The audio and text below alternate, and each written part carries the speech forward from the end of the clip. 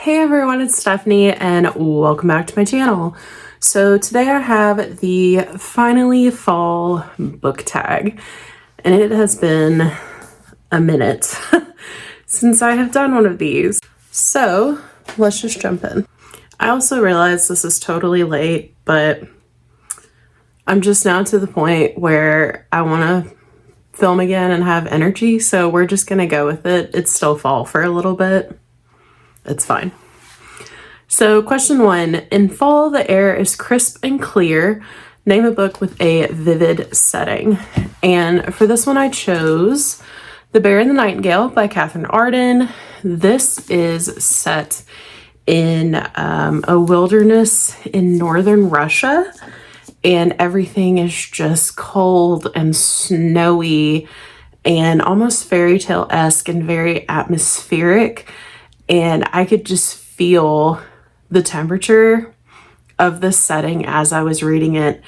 And the way it's written, I could see everything that Catherine Arden was describing.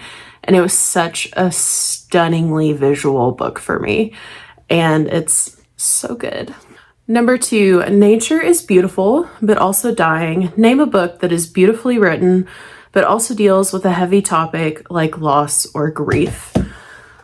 So I have a go-to for this, and if you've been around my channel or you know me, I'm sure you know what I'm going to bring up, but it has been very healing for me, very cathartic, and that is Fool's Assassin by Robin Hobb. This is book number 1 in the Fits in the Fool trilogy and book 14 in the Realm of the Elderlings. And I won't go into detail about what exactly the grief and loss is in this book, but I read it after I lost my cat Oliver in 2023, and she had been sick for a while, so I was expecting it, but I wasn't expecting it. And then I buddy read this with Grace, Angela, Ben, and Ben, and Fitz deals with a lot of grief in this book, and we really get to sit in the grief and experience the grief with him. And for me, part of my emotional healing the last 2 years has been learning how to sit in uncomfortable feelings like grief and process it, and not just compartmentalize it and shove it away because I don't want to feel this big heavy feeling. And so this was such a good outlet for me. And there's a quote in here that it makes me tear up when I think about it. So it's only that there's mercy in making pain bearable, but not in forcing someone to remain in this life when their body's work was done. And I'm sure people are really tired of me quoting that, but that really helped me with Oliver. And then, almost 3 months ago, we had to let Butch go because he was just really struggling with arthritis. And this quote just kept coming to me and helped me realize that it's time to make that hard decision, and it's okay that you have to make that hard decision. And so this book has just meant so much to me, and it just came to me at such a good time. I just think it just does a phenomenal job of exploring loss and grief and making you experience that with the characters. And so it's very, very healing and cathartic for me. Number 3, fall is back to school season. Share a nonfiction book that taught you something new.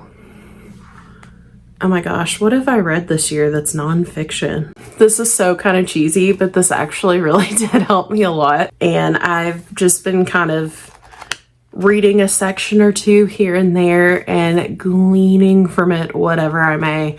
But that's Set Boundaries, Find Peace, A Guide to Reclaiming Yourself by Nedra Glover Tawwab. This has really been helpful for me at work. It's okay to say, not right now, but I will help you when I have free time, versus let me drop everything to help you, even though it's going to severely upset my entire routine in the day and make me so incredibly behind that it makes me stress out and I almost get to where I can't function, but I feel bad saying no. So this has definitely helped me work on boundaries like that and like learning like it's okay, it's healthy. So I haven't read this whole book this year, but I've read like a chapter or two, so I'm gonna count it. Number 4, in order to keep warm, it's good to spend some time with the people we love. Name a fictional family, household, or friend group that you'd like to be a part of. So one that I read this year and absolutely loved was Daniel Deronda by my girl, George Eliot. And the Mayrick family in this is so incredibly lovely. They are so welcoming and joyful and warm. And I feel like I would feel very safe and loved if I lived with them.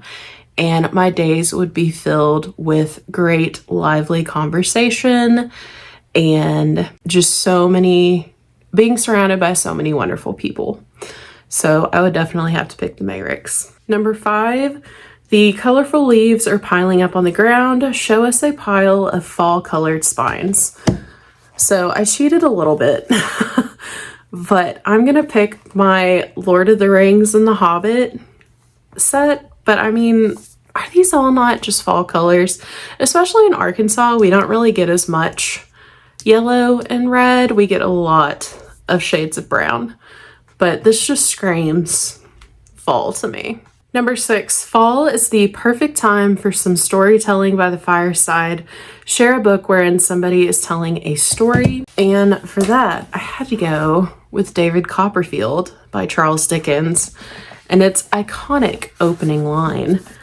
Whether I shall turn out to be the hero of my own life or whether that station will be held by anyone else, these pages must show. And he proceeds to tell us all about his life, good and bad, and it's delightful. Number 7, the nights are getting darker. Share a dark, creepy read. And I love this prompt because I'm picking The Diviners by Libba Bray. I wish all the books had the cover like this, but they changed it and it made me sad, but this just so fits it. But I've read this book, I'm not even lying, 8 times. The audiobook by January Lavoie is a must. She's phenomenal. But it's set in 1920s New York. We have the occult. We have Prohibition.